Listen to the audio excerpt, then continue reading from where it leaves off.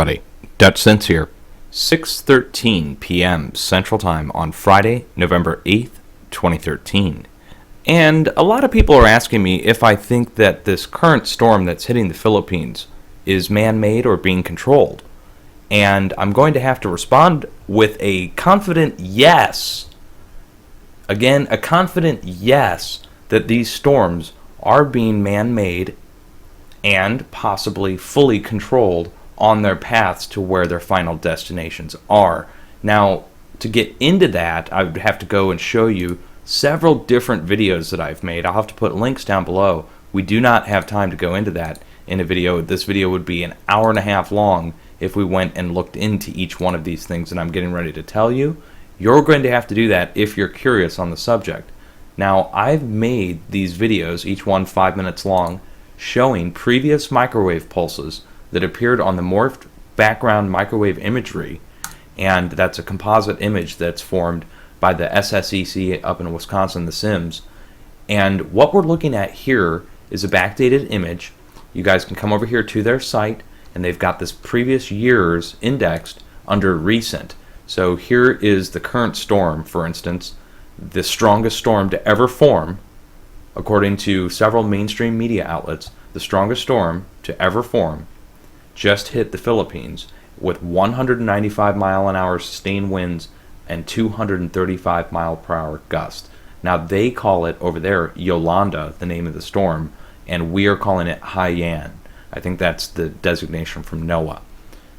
So here's the storm that's currently hitting, and you can see it's just barreling across there. Well, we can follow this back, okay? You can follow this storm's formation back over here, okay? And what we've seen several times is out here near Guam, of all places, we see a large microwave spiral-shaped pulse that comes from the north and then extends to the south over Guam. Following that, we see rotation begin to develop and form into these cyclones. And it's happened time after time now. It's happened like 4 times. And I've documented each one on my website. Again, I'll put a link down below so you guys can come over to my site and check this out. Now, on the 27th, October 27th, a second microwave pulse happened. We first had the first one, and you can go back through my videos and see that. But the second one happened, and that's when I took people over to the shortwave monitoring station to show them what shortwave looks like, a spiral shape, in essence, on a 2D screen. When you're looking at it as a signal represented on a screen, the computer decodes it and gives you what look like spiral shapes. Well, the same thing could be said for the morphed microwave background imagery. Same thing, only over a huge area. You'll see the same kind of shape, but it appears here over the ocean coming from the north. Now, there's somebody who asked the question, and I think it was Montegraph, asked, is this possible? Well, here's my post, okay, showing you back at Typhoon, Francisco. I titled this, Large Microwave Pulse Produces 2 Tropical Storms in Asia Within 48 Hours. And we'll watch this here. There, okay? And out of that, rotation develops. Well, you also have Guam right in here. And then look where it comes from, though. When you see the pulse originate, it actually originates to the north. And it's coming from up here just north of Japan, in this direction. Wait for it again. There we go. Coming from there. Well, what's up there? What is there? We know Guam is loaded, but let's go check it out. I've got Google Earth open here, and we're using the Climate Viewer database. I recommend you guys download this. Jim Lee has put this together. This is all the electromagnetic points on the planet that are man-made. Every major antenna array, every Star Wars program, radar that's been stationed. These are all radar stations placed to monitor Russia. You can zoom in on each one and check them out. Let's just do that just to prove.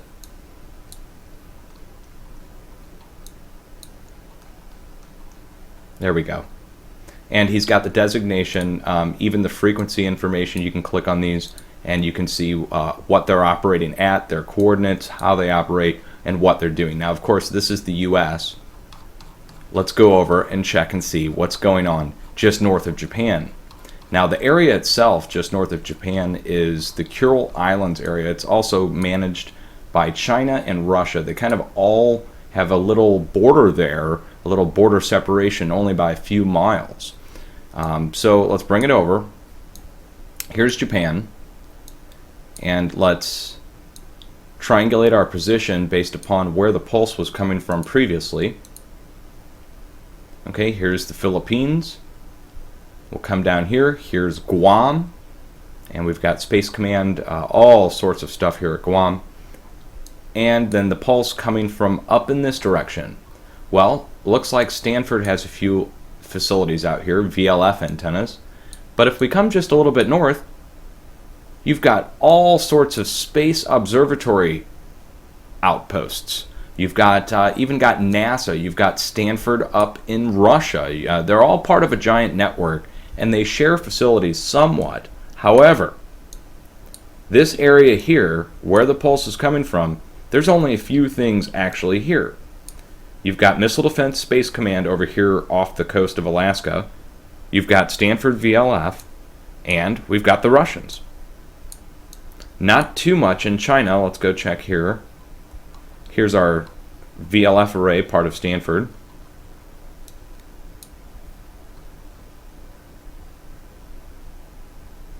Alpha Station C. There's only a few things in the area coming from the north. Again, here's Guam coming from this direction. What do we have here?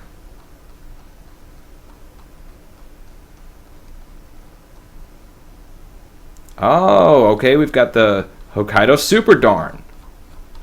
Super Darn is high frequency radar that's used with another program called SPEAR in conjunction with SPEAR for polar heating and observation. So they will observe the heating that's being done by SPEAR using Super Darn. Super Darn looking like a radar up over the North Pole, over the horizon radar, and they will use SPEAR to heat an area to hundreds, if not thousands of degrees, and observe the plasma using the radar from Super Darn. That's a pretty interesting thing that they do. To answer the question, was this particular storm man-made? Well, there's a way to find out.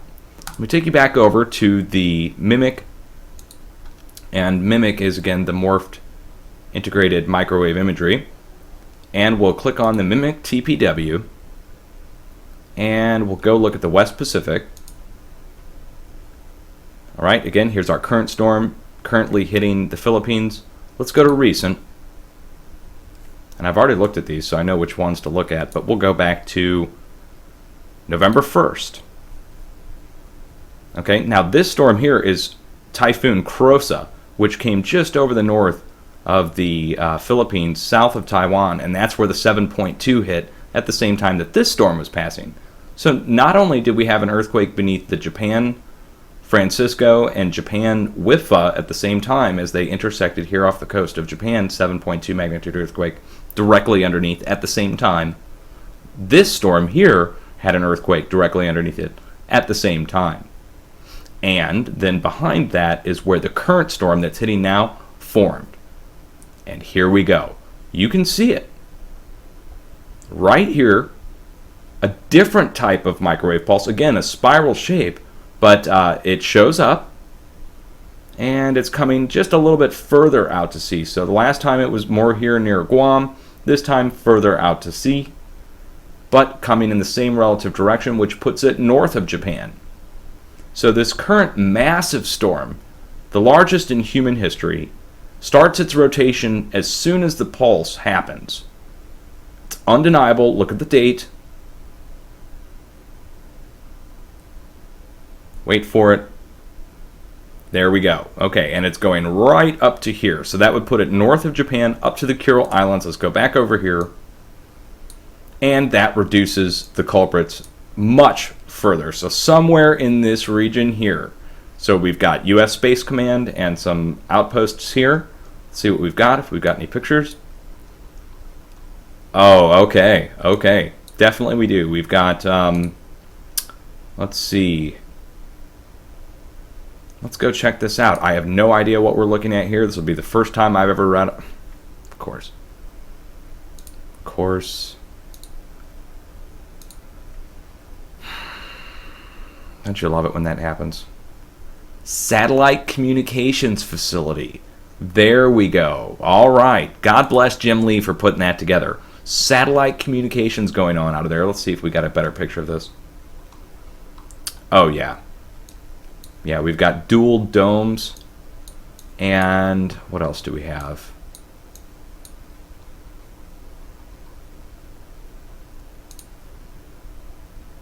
Cobra-Dane radar.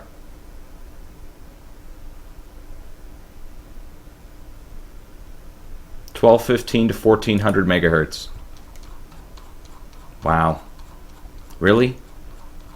All right. Well, that pretty much answers the question. I mean, that's the only thing up here. I mean, you don't have anything else marked. We've got a series of volcanic chains, a couple VLF antennas, which we know it's not VLF showing up. It's high frequency. So there you go, guys. Are they responsible indirectly? Maybe it's satellite communications gone wrong. Maybe they don't mean to be causing it. You hope that's what it is, because if not, they are just responsible for causing a microwave pulse which went over the same area at the same time that the storm formed. That the chances of that happening on its own are phenomenal. So, I mean, it would definitely have to have some kind of be having some kind of effect, and to see it multiple times in a row. I mean, over a few weeks' time. Undeniable. I've documented it all. You guys can come look at the documentation. Watch the pulse happen. Watch the rotation begin. They have to be related. They have to be. The chances of having a pulse happen over the same area and then having the follow-up earthquakes afterwards, I mean, that ties in with everything we know about high frequency, low frequency, earthquakes, and weather modification. If you guys don't know anything about this, we have about a month's worth of reading here, if not more, that you can come through and look it all up, see that the experiments have been done already, that the professionals are fully talking about it. Weaponized weather through the U.S. military, owning the weather 2025. We've all heard about it. If you haven't, you need to go read up. The question is, were they serious when they said they planned on owning the weather by 2025? Was the Air Force serious? I mean, we're halfway there, if not 3/4 of the way there, which means that this is most likely something to do with man-made weather. I mean, have you guys seen what's going on outside your door lately? Need I remind you? I'm not trying to lecture you, but you guys can just come over here and watch a couple of these videos posted today. World's strongest storm ever. Remember last year's freak tornado season? The chemtrails, literally. Cloud seeding 101. Chemtrails is a slang term. I don't mind anybody using it, but it's cloud seeding. Let's call it what it is. They are spraying particulate aerosols into the atmosphere, and it's having a weather effect. You add in frequency to that, and it becomes small metal particles in the atmosphere that get hit with a high frequency. You know what happens when you put aluminum into a microwave. Now imagine small particles of aluminum spread out over a large area that you hit with a high frequency pulse. It's not going to have a lightning effect, but it's definitely going to have a heating effect.